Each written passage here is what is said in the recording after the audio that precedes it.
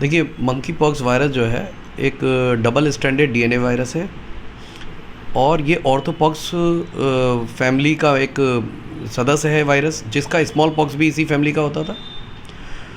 और इसके अभी क्योंकि ये जानवरों में पाई जाने वाली बीमारी है वैसे तो, और इसका नाम भी मंकी पॉक्स इसीलिए पड़ा क्योंकि ये तो सबसे पहले मिला था, ये एक कुछ बंदरों पर रिसर्च चल रही थी, उनमें पाया गया था।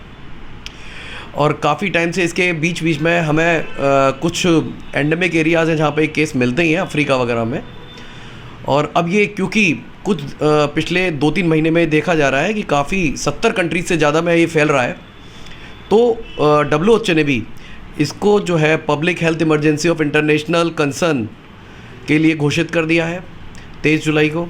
अभी हमारे भारतवर्ष में भी इसके केसेस 2-3 शायद रिपोर्ट हो गए हैं, और अभी जो एक दिल्ली में मिला है जिसकी कोई ट्रैवल हिस्ट्री नहीं है।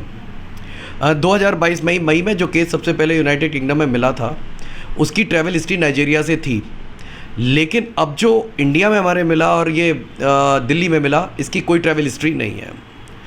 तो इससे जैसे कि लोगों ने अपना कोरोना से बचाव किया है, हमें इससे भी उसी तरीके से बचाव करना पड़ेगा। इसमें एक्चुअली होता क्या है, सबसे पहले आपको फ़ीवर आएगा।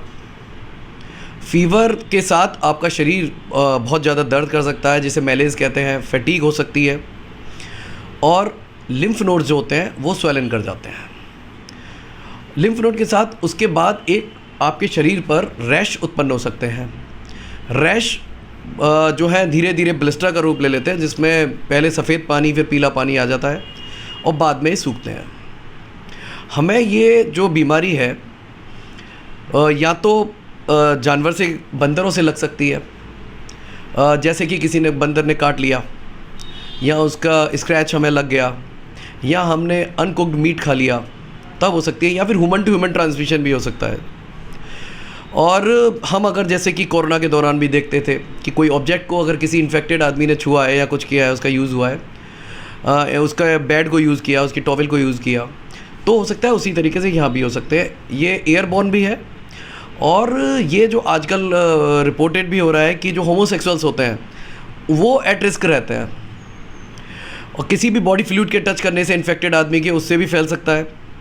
और हम लोगों को जिस दिन ये संक्रमित होते हैं, किसी से कांटेक्ट में आए, तो इसका जो इंक्यूबेशन पीरियड होता है वो होता है तकरीबन, मान लीजिए आप 5 दिन या 1 हफ़्ते से लेके 3 हफ़्ते तक।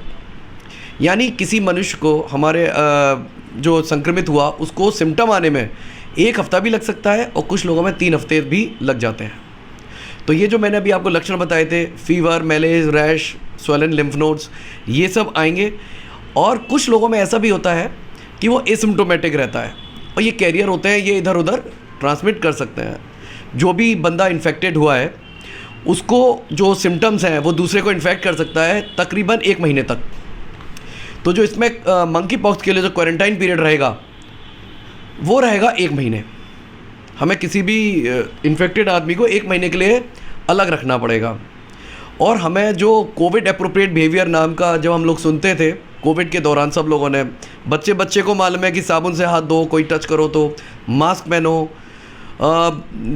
थोड़ा दूरी बना के बात करना है, वही सब हमें यहाँ पे भी रखना है। और अगर आपको लगता है कि कोई किसी इन्फेक्टेड, क्योंकि अभी इतने केस नहीं हैं, लेकिन एहतियात ज़रूरी है क्योंकि लोग अब एहतियात करना भूल गए हैं, तो हमें कोविड एप्रोप्रिएट बिहेवियर दोबारा अपनी ज़िंदगी में लाना पड़ेगा, जिससे कि मंकी पॉक्स के फैलाव को हम रोक सकें। क्योंकि अभी बहुत कम केस हैं, लेकिन जिस तरीके से पूरी दुनिया में केस आ रहे हैं, तो कुछ नहीं कह सकते कि कहीं हमारे कंट्री में भी ये जो 4 केस हैं ये बढ़ ना जाए केसेस, क्योंकि अब ऐसे केस आ रहे हैं जिनमें ट्रैवल हिस्ट्री नहीं मिल रही है।